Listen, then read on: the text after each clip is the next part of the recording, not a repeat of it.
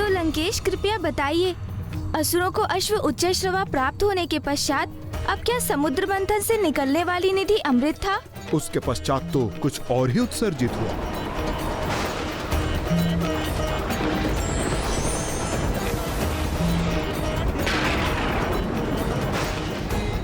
फिर सुंदर अप्सराएं उत्सर्जित हुईं और देवताओं को ही उनका भी साथ प्राप्त हुआ। असुर महाराज बलि शांत अवश्य थे, किंतु उनके असुर अब धीरज खो रहे थे, निराशा की ओर बढ़ रहे थे और वहीं स्थित रहने पर विवश थे। अप्सराओं का सानिध्य प्राप्त करने की इच्छा रखने वाले असुरों को राजा बलि ने रोककर उन्हें शांत और स्थिर रहने का आदेश दिया, जिससे वो अपने मुख्य ध्येय पर अपना ध्यान केंद्रित रख सकें, अमृत प्राप्त कर सकें। इसीलिए अप्सराएं भी देवताओं को ही प्राप्त हुईं।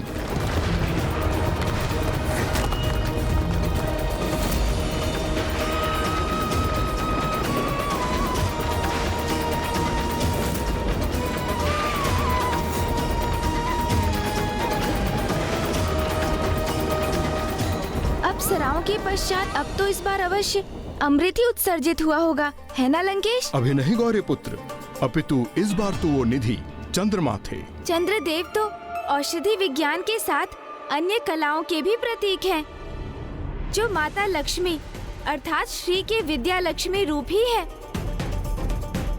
इसलिए श्रीहीन होने पर चंद्रदेव भी लुप्त होने पर विवश हो गए होंगे ना लंकेश? आपने पुनः सर्वथा उचित कहा गौरी पुत्र, किंतु समुद्र मंथन के परिणाम स्वरूप चंद्रदेव का उत्सर्जित होना तो देवता और असुर दोनों समूहों के साथ स्वयं सागर मंथन के लिए संकट का कारण बन गया था।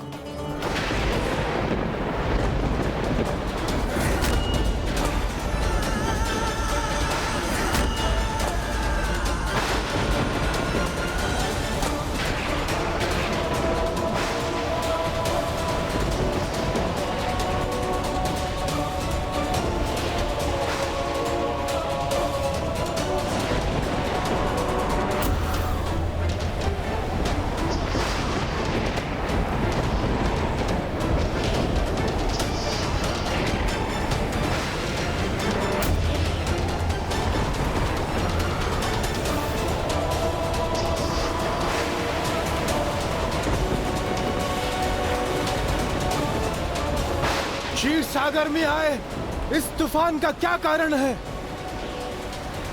इस तूफान की स्थिति में हम समुद्र मंथन कैसे करेंगे? अब ये नवीन संकट क्या है?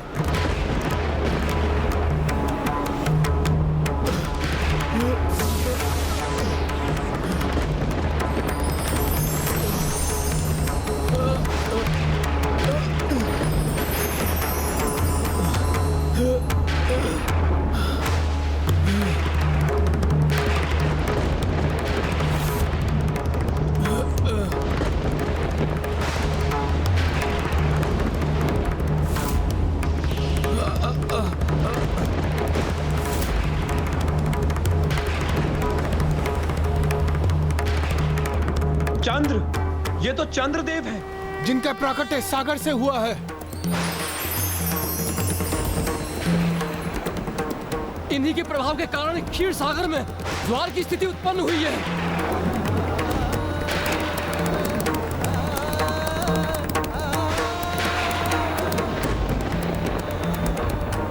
चंद्र के प्रभाव से समुद्र में असंतुलन उत्पन्न हो गया है। यदि वो वहीं स्थित रहे तो हम इस समुद्र मंथन की प्रक्रिया को आगे नहीं बढ़ा सकेंगे। यदि समुद्र में इतनी अशांति रही तो संसार में प्रलय की स्थिति उत्पन्न हो जाएगी।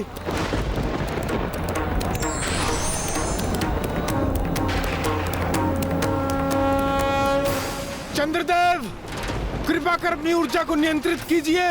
अपने प्रभाव को शांत कीजिए चंद्रदेव। शांत हो जाइए चंद्रदेव, अन्यथा सागर मंथन यहीं रुक जाएगा। हमारी गुहार सुनिए चंद्रदेव, इस स्थिति को विकट होने से बचा लीजिए। संकट की इस अवस्था में सागर मंथन सर्वथा असंभव हो गया है। नहीं देवराज, जब तक समुद्र से अमृत उत्सर्जित नहीं होता तब तक ये मंथन हम कदापि नहीं रोकेंगे। और यदि तुम में से किसी भी देवता ने रुकने का प्रयास किया तो प्रलय के पूर्व ही तुम्हारी मृत्यु होगी। हाँ हाँ, ऐसा ही होगा। जो भी देवता रुकेगा उसका अंत होगा। बलि की ये असुर तो अमृत प्राप्त करना चाहते हैं। यदि अमृत इनके हाथ लग गया तो अनर्थ हो जाएगा। किंतु अमृत की सुरक्षा और असुरक्षा के विचार का औचित्य भी तो तभी है जब समुद्र मंथन संभव होगा। इसके लिए हमें चंद्रदेव तक अपनी गुहार पहुंचानी होगी।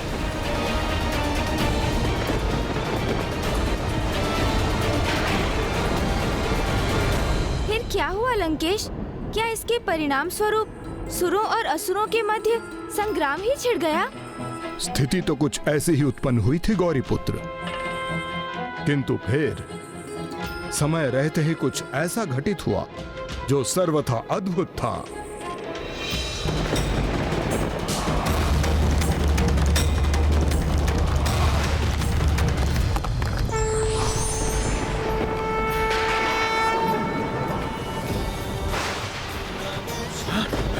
महादेव,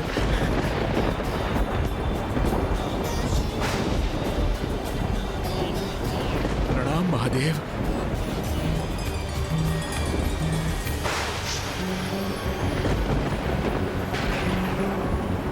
चंद्रशेखर चंद्रशेखर चंद्रशेखर रक्ष मां। चंद्रशेखर चंद्रशेखर चंद्रशेखर पाहि मां। रत्नसानुशरासनं। चंद्रशेखर चंद्रशेखर चंद्रशेखर रक्ष मां। चंद्रशेखर चंद्रशेखर चंद्रशेखर पाहि मां। रत्नसानुशरासनं। रजताश्रीनिकेतनं। सिर्नीकृतभगिरमच्युतायन सायकां। क्षिप्रदक्त्रिदिवालयैरभिवन्दितं चन्द्रशेखरमाश्रये।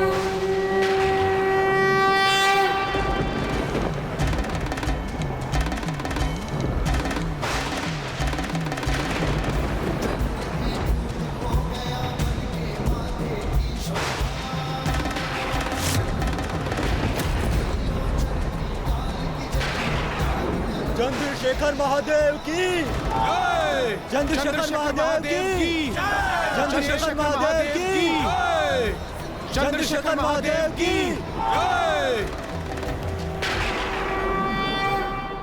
अर्थात प्रभु महादेव ने विषाक्त हलाहल से सृष्टि की रक्षा की और नीलकंठ महादेव कहलाए। उसी प्रकार प्रभु महादेव चंद्र की शीतल ऊर्जा की रक्षा करने के लिए भी प्रकट हुए और चंद्रशेखर नाम भी स्वीकार किया। और उनके ऐसा करने पर ही पुनः समुद्र मंथन की प्रक्रिया आरंभ हो सकी। और इस बार मंथन के परिणाम स्वरूप जिनका प्राकट्य हुआ, देवताओं के अतिरिक्त किसी अन्य को भी उनकी प्रतीक्षा थी।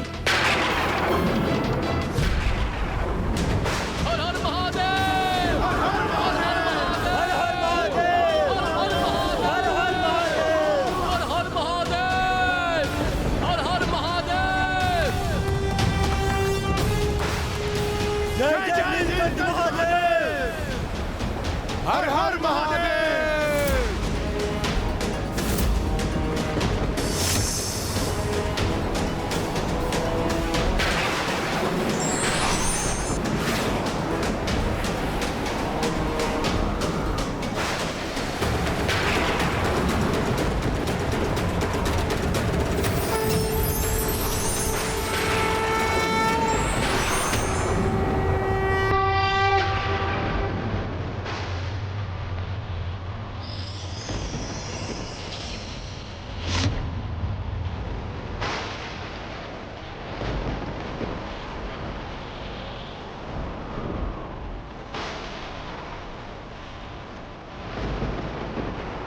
राम माता लक्ष्मी।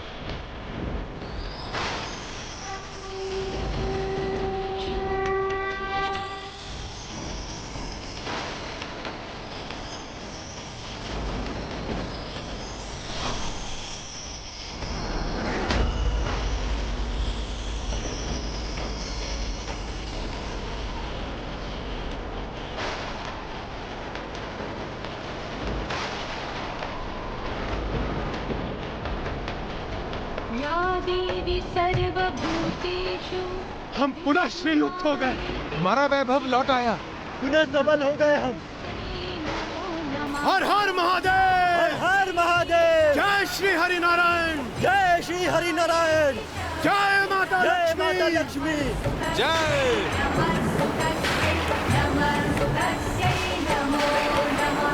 या देवी सर्वभूतेषु विष्णु। प्रणाम प्रभु। नमस्तस्यै नमो नमः। महाराज, ये तो हमारे लिए सर्वथा उचित रहेगी। हम इस सुंदर स्त्री को अपने साथ ले जाएंगे। नहीं मेरे असुरों, देवी लक्ष्मी के सौंदर्य से भ्रमित ना हो, अपने लक्ष्य पर स्थित रहो। मात्र और मात्र हमें अमृत चाहिए।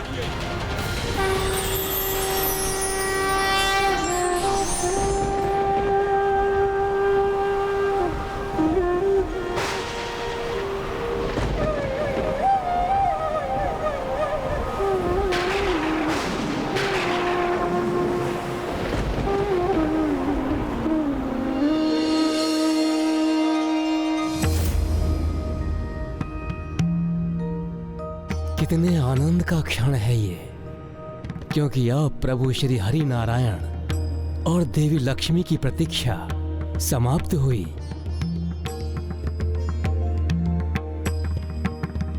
इनका पुनर्विनर्त इनके विवाह से ही पूर्ण होगा।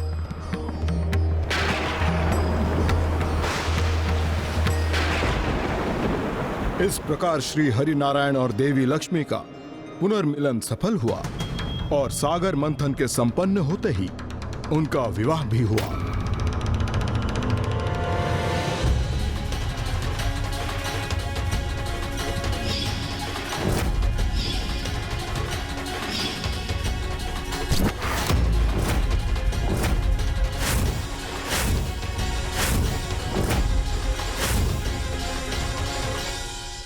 अब आप किन विचारों में डूब गए हैं गौरी पुत्र? मैं तो बस श्री हरि नारायण के विवाह की कल्पना कर रहा था। अच्छा आप बताइए लंकेश, फिर आगे क्या हुआ? अब सागर मंथन से क्या उत्सर्जित हुआ? देवी लक्ष्मी के आगमन के उपरांत श्रीहीनता से मुक्त होकर समस्त देवता एक नवीन उत्साह से भर गए थे और पूर्ण शक्ति से मंथन में जुट गए। असुरों ने भी अपने उत्साह और शक्ति से समुद्र मंथन में देवताओं का साथ दिया और फिर वो क्षण आ ही गया जिसकी प्रतीक्षा असुरों और देवताओं को बड़ी आतुरता से थी।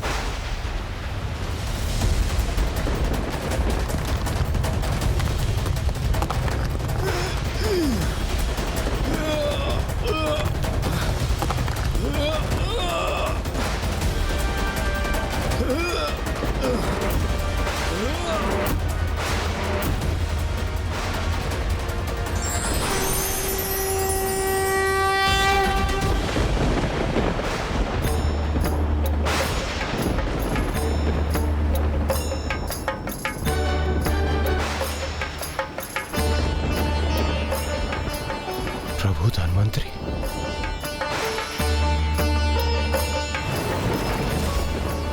अमृत!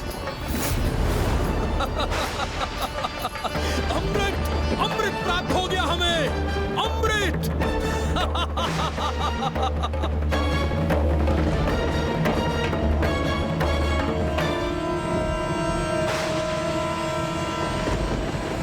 अब ये अमृत तो मैं किसी भी प्रकार पी कर ही रहूंगा, चाहे इसके लिए मुझे कुछ भी क्यों ना करना पड़े।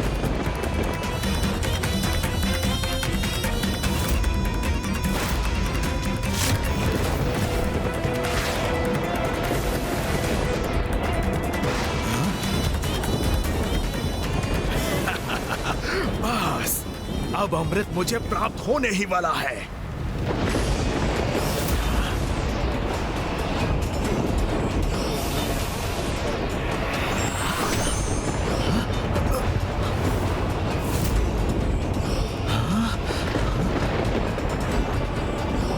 अरे ये अमृत कलश कहाँ चला गया?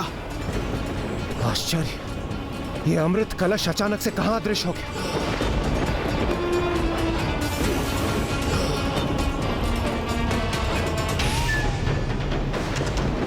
देवताओं, बताओ हमें अमृत कलश कहाँ गया?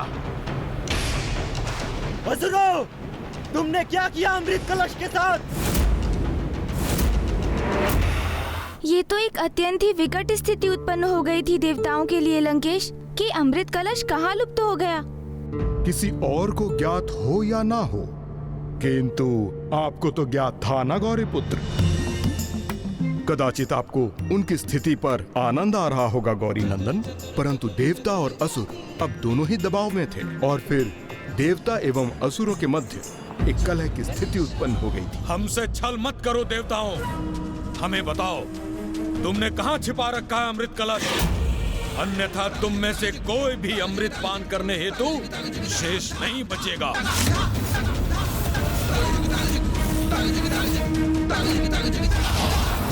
मरण रहे असुरों, हम देवता अब श्रीहीन नहीं रहे, इसलिए हमें कम आंकने की भूल मत करना।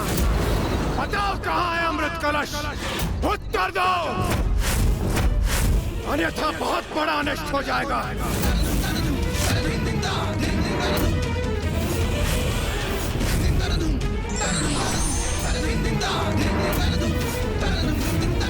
देवताओं, मेरे और मेरे असुरों के धैर्य की परीक्षा मत लो। मुझे बताओ कहाँ है कलश, कहाँ है अमृत कलश? तुम हमें बताओ असुरों, कहाँ है अमृत?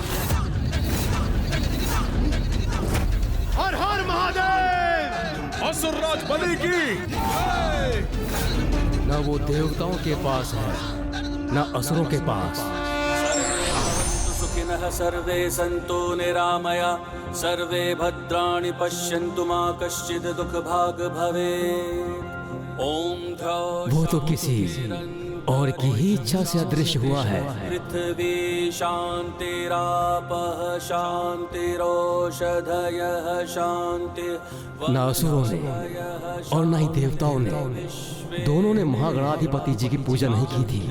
ब्रह्म शान्तिः सर्व शान्तिः। तो आप दोनों को बिना विघ्न के अमृत कलश कैसे प्राप्त हो सकता है?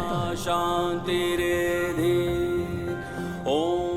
इस विघ्न से मुक्त होना चाहते हैं तो विघ्न हर्ता प्रथम पूज्य गणेश की पूजा कीजिए।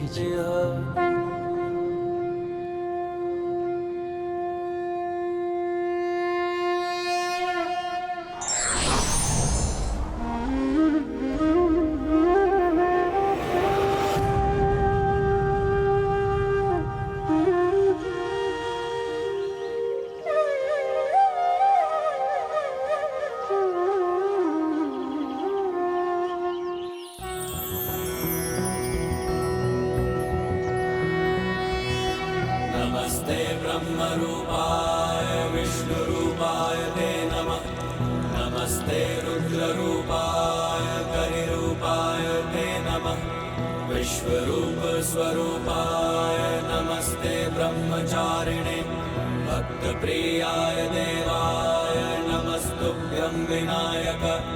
ओम सिद्धिबुद्धिसहिताय महागणपतये नमः।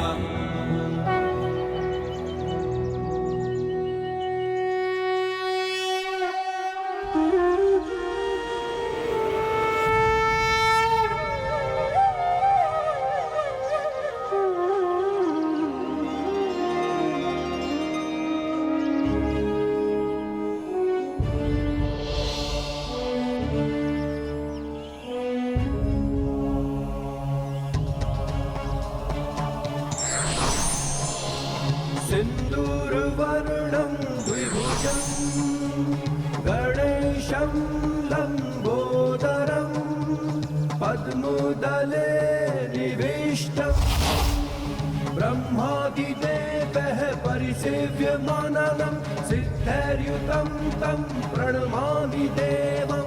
सिन्दूरवर्णं द्विभुजं गणेशं लम्बोदरं गणेशं लम्बोदरं पद्मोदले निविष्टं ब्रह्मादिदेवः परिसेव्यमानं सिद्धैर्युतं तं प्रणमामि देवं। सिन्दूरवर्णं द्विभुजं गणेशं लम्बोदरं पद्मदले निविष्टं ब्रह्मादितेजः परिसेव्यमानं सिद्धं तं प्रणमामि देवम्। तो वहां उस उदर के भीतर है अमृत कलश। अब हम असुरों को इस अमृत कलश को प्राप्त करने से कोई नहीं रोक सकता।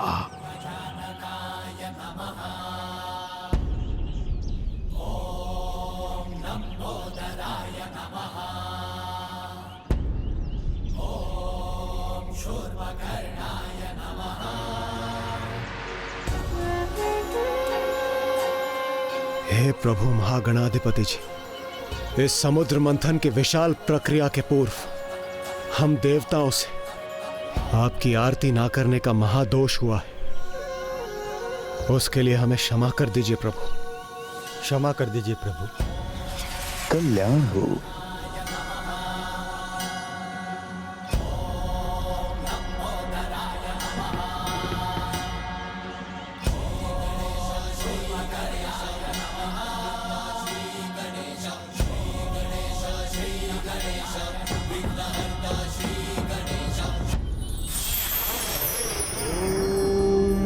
सिद्धि बुद्धि सहिताय महागणपतये नमः।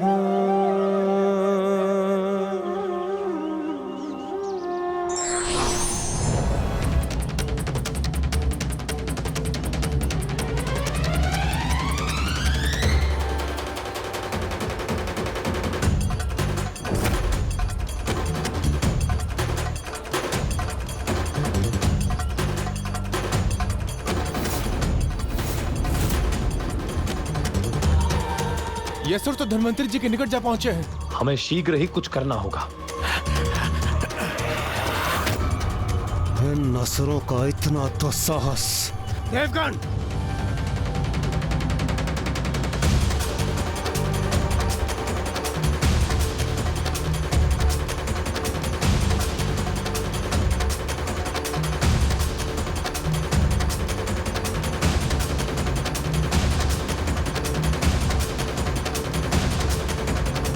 वो स्थान जहां आपने अर्थात प्रभु गणाधिपति जी ने देवताओं को आशीष दिया था, वो स्थान अब अमृत घटेश्वर के नाम से प्रसिद्ध है। उसी स्थान पर ऋषि मार्कंडेय ने प्रभु शिव शंकर शंभु की तपस्या कर जीवन दान प्रदान किया था। किंतु अब उसी घाट पे असुरों ने अपनी कपटी योजना के सहारे देवताओं से अमृत चुराने का षड्यंत्र रचा। मैं अचंभित हूँ कि इतनी भक्ति के साथ मेरी पूजा करने के पश्चात भी अंततः असुरों ने पुनः छल एवं प्रपंच का मार्ग ही चुना। हाँ गौरी पुत्र, एक कुटिल कपटी असुर सर्वभानु के कारण अमृत कलश असुरों को प्राप्त तो हो गया था, किंतु उन्हें आपका अर्थात प्रभु गणाधिपति का आशीष कहाँ प्राप्त था। देवताओं का अनुसरण करते हुए असुरों ने देवताओं की ही भांति अग्नि की ज्योति को हाथ में रखकर अग्नि की ज्योति के स्थान पर प्रचंड अग्नि को ही हथेली पर रखकर पूजा की थी,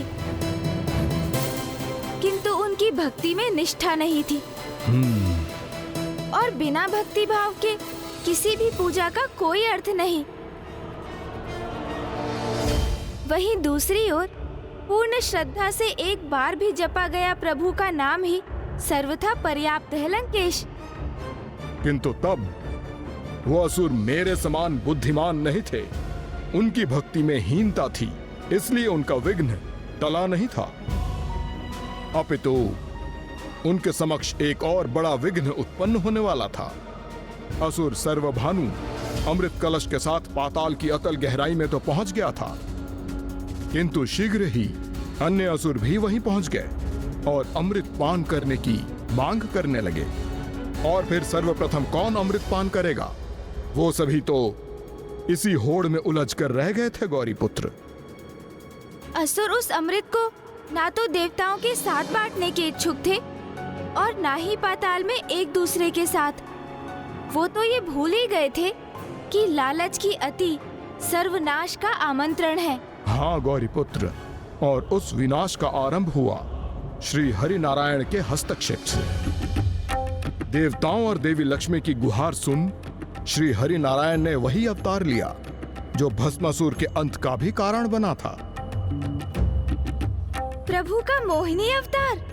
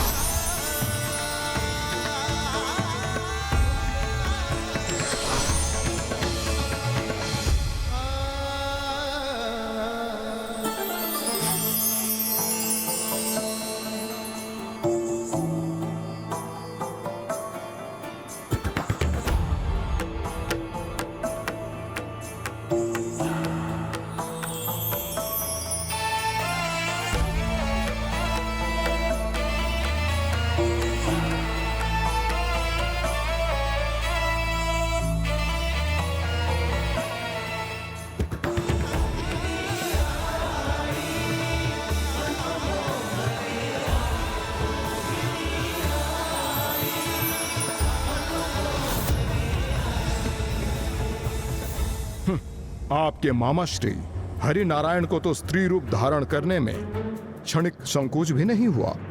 किंतु उसमें अनुचित क्या है लंकेश?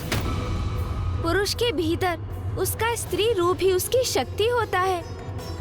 और सत्य तो ये भी है कि पुरुष रूप में महादेव की शक्ति श्री हरि नारायण बनकर प्रकट होती है और स्त्री रूप में माँ पार्वती बनकर।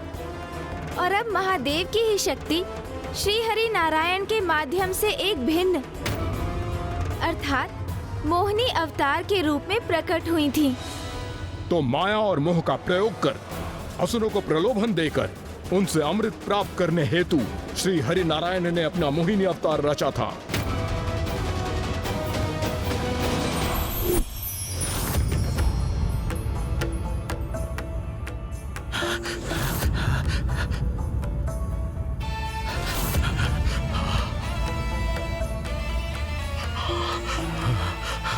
आप इतने शीघ्रता से कहाँ बढ़ते चले जा रहे हैं?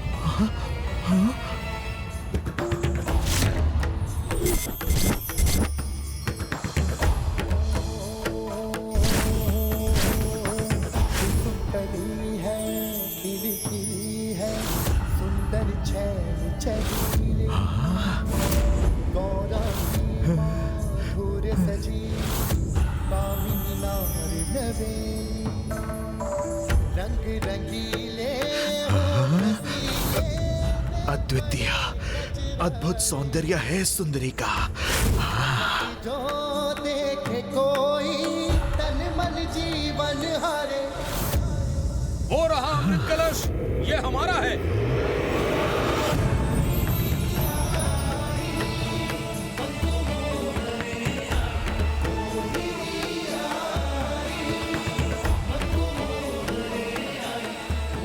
ऐसा सौंदर्य तो मैंने कभी नहीं देखा। इस सुंदरी का सानिध्य प्राप्त हो तो धन्य हो जाऊं मैं।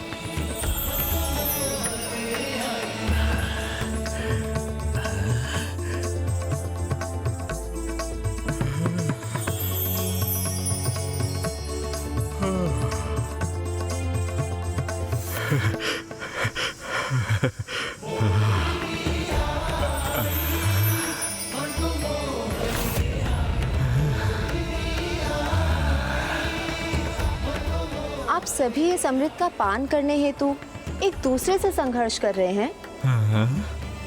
किंतु ये कितनी लज्जा की बात है। ये सुंदरी कह रही है तो उचित ही कह रही होगी।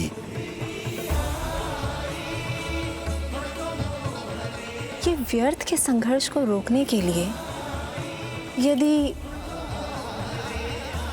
मैं अपने हाथों से ये अमृत पान करा दूं तो उचित होगा ना?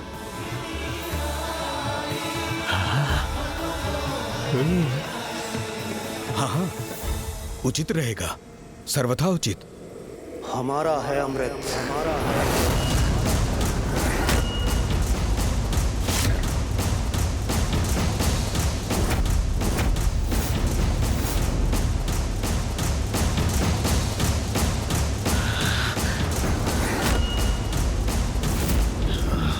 हमारा है अमृत और हम देवता इसे लेने आए हैं।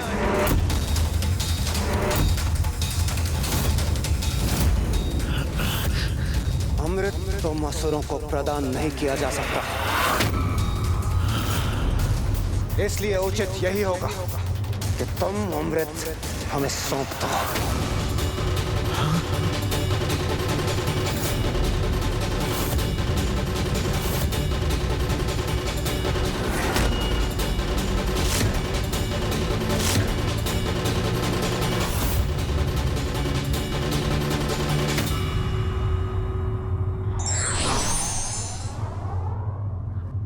प्रत्येक पुरुष के भीतर एक स्त्री और एक स्त्री के भीतर पुरुष की शक्ति समाहित होती है, इसलिए दोनों को समान ही माना जाना चाहिए।